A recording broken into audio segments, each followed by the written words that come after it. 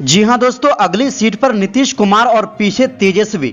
दिल्ली में लैंडिंग से पहले क्या प्लेन में बना कोई प्लान, साथ में आपको बताएंगे। वो 7 राज्य जहां भाजपा का हो गया सुपड़ा साफ, जनता ने मोदी को किया नापसंद, केंद्र शासित राज्य भी शामिल। बताएंगे कौन है वो राज्य, साथ में आपको बताएंगे मोदी सरकार के वो मंत्री जो नहीं जीत पाए चुनाव, कद्दावर नेता भी शामिल। इस राज्य में सबसे ज्यादा जनता ने नकारा, पूरा लिस्ट हम आपको बताएंगे।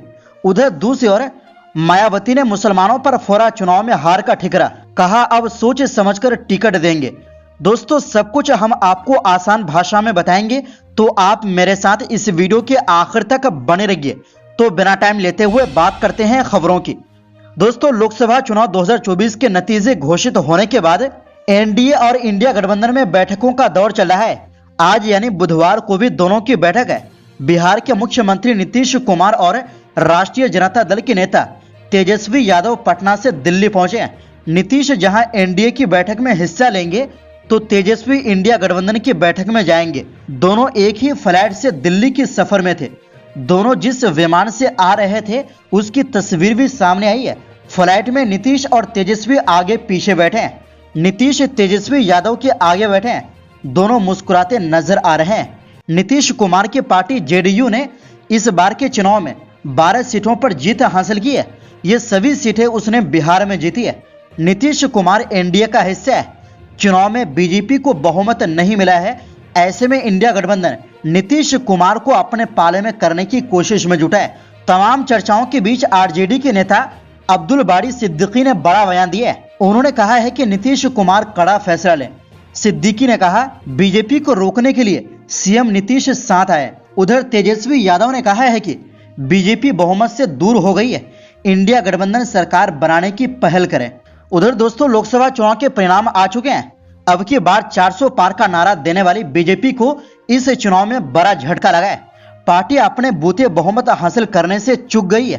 पिछले 2 लोकसभा चुनाव के मुकाबले इस साल पार्टी का सबसे खराब रहा है। पार्टी इस बार महज 240 सीटों पर सिमट गई है।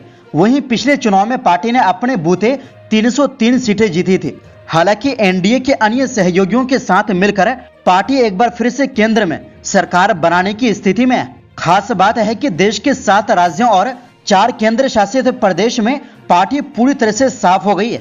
इस बार चुनाव में बीजेपी को सीटों के साथ ही वोट शेयर में भी झटका लगा है। पार्टी इस बार 240 सीट पर जीत हासिल की है। वहीं पिछले चुनाव में पार्टी ने 303 सीटों पर जीत हासिल की थी। 2014 के चुनाव में पार्टी ने अपने बूते 282 सीट का आंकड़ा छुआ था। इस बार पार्टी को 36.61% वोट मिले हैं। वहीं साल 2019 में पार्टी का वोट शेयर 37.69 था। हालांकि पार्टी ने साल 2014 में 31% वोट हासिल किया था। कांग्रेस ने इस साल 21.26% वोट हासिल किए हैं, जबकि पार्टी को पिछले आम चुनाव में 19.66% वोट मिले थे। कांग्रेस ने पिछले चुनाव में 52 सीटें जीती थी। इस बार कांग्रेस ने 99 सीट पर जीत हासिल की है। दोस्तों पंजाब में बीजेपी को बड़ा झटका लगा है। पंजाब में पार्टी पूरी तरह से साफ हो गई है। पिछले चुनाव में पार्टी के 2 सांसद थे। इस बार बीजेपी पंजाब में एक भी सीट जीतने में नाकामयाब रही है। दक्षिण भारत के तमिलनाडु में पार्टी एक बार फिर खाता खोलने में नाकाम रही। पीएम मोदी के लगातार दौरे और चुनाव प्रचार का पार्टी को यहां फायदा नहीं मिला। राज्य की 39 सीटों में से पार्टी को एक भी सीट पर जीत नहीं मिली। मणिपुर की 2 लोकसभा सीट पर कांग्रेस ने कब्जा किया।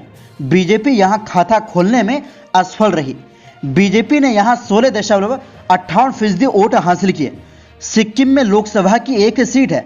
इस सीट पर सिक्किम क्रांतिकारी मोर्चा ने जीत हासिल की।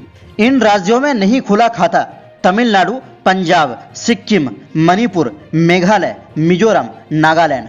केंद्र शासित प्रदेश पुडुचेरी, चंडीगढ़, लद्दाख, लक्षद्वीप। बीजेपी को केंद्र शासित प्रदेश में भी झटका लगा है। पार्टी को चंडीगढ़ सीट गंवानी पड़ी। चंडीगढ़ सीट से पार्टी उम्मीदवार संजय टंडन 2504 मतों से हार गए। पिछली बार इस सीट से पार्टी नेता किरण खेर चुनाव जीती थी। इसी तरह पुडुचेरी, लद्दाख और लक्षद्वीप में भी पार्टी खाता खोलने में नाकाम रही। लोकसभा चुनाव 2024 के जो नतीजे सामने आए हैं उनमें मोदी सरकार के कई ऐसे मंत्री शामिल हैं जो अपनी साख तक नहीं बचा पाए। उन्हें करारी हार का सामना करना पड़ा है। इनमें सबसे ज्यादा मंत्री उत्तर प्रदेश से है। इस रिपोर्ट में जानिए मोदी सरकार की वो मंत्री जिन्हें मिली हार। कैलाश चौधरी। राजस्थान के बाड़मेर से बीजेपी उम्मीदवार केंद्रीय मंत्री कैलाश चौधरी को करारी हार का सामना करना पड़ा है। कांग्रेस के उम्मीदवार राम बेनीवाल ने उन्हें 4,17,943 वोट से हराया। वो इस सीट पर तीसरे स्थान पर रहे। निर्दलीय रविंद्र भाटी 5,86,500 वोट पाकर दूसरे स्थान पर रहे। आर.के. सिंह। बिहार के आरा से बीजेपी उम्मीदवार वो केंद्रीय मंत्री आर.के. सिंह को भी शिकस्त मिली है। सीपीआईएम के सुदामा प्रसाद ने उन्हें 59,808 वोटों से हरा दिया। सुदामा प्रसाद को 5 लाख से ज्यादा वोट मिले, जबकि सिंह 4,69,574 वोट हासिल हुए। निशिथ प्रमाणिक। बंगाल के कुछ बिहार से टीएमसी के जगदीश चंद्र वसूनिया ने बीजेपी उम्मीदवार व केंद्रीय मंत्री निशिथ प्रमाणिक को 39,250 वोट से हरा दिया। वसूनिया को 7,88,375 वोट तो प्रमाणिक को 7,49,125 वोट मिले। राजीव चंद्रशेखर। केरल के तिरुवनंतपुरम से बीजेपी उम्मीदवार वो केंद्रीय मंत्री राजीव चंद्रशेखर चुनाव हार गए। उन्हें कांग्रेस के शशि थरूर ने 16,077 वोट से हराया। थरूर को 3,58,155 वोट मिले, जबकि चंद्रशेखर 3,42,078 वोट पाकर दूसरे स्थान पर रहे। अर्जुन मुंडा। झारखंड के खुंटी से बीजेपी उम्मीदवार वो केंद्रीय मंत्री अर्जुन मुंडा को भी हार का सामना करना पड़ा। यहां कांग्रेस के कालीचरण मुंडा 1,49,675 वोटों के अंतर से चुनाव जीत गए। अर्जुन मुंडा 3,61,972 वोटों के साथ दूसरे स्थान पर रहे।